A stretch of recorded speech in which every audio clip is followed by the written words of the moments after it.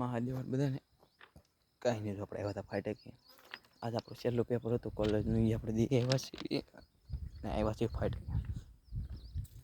અને હું વિચારું છું કે હવે ડેલી વ્લોગિંગ મૂકી દેવું છે અને એક કાતરા વ્લોગ મૂકવા કરવું છે એવું વિચારી રહ્યો હતો.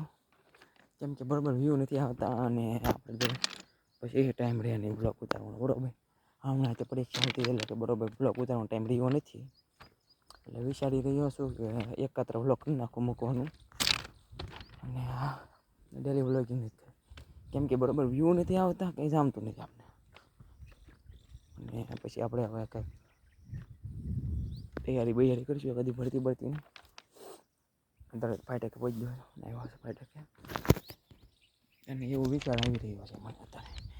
આપણે આ ગયા હતા કોલેજ છેલ્લું પેપર દઈ આવ્યા છે એ વિચારું છું. પછી દોડે જઈ મૂકવું, કંઈ કહેવાય નહીં, આપણું નક્કી ન કહેવાય. ડેલી આવે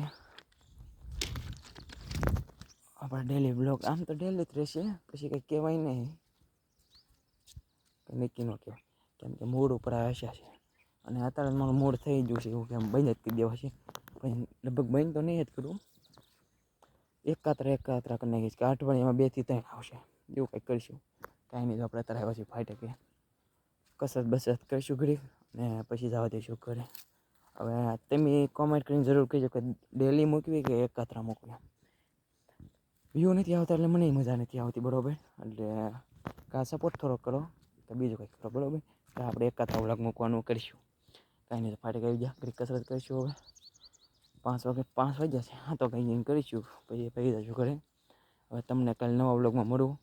ત્યાં મહાદેવ અને થોડોક સપોર્ટ બનાવો. કાલે મળવી તમને બીજા વ્લોગમાં. ત્યાં મહાદેવ.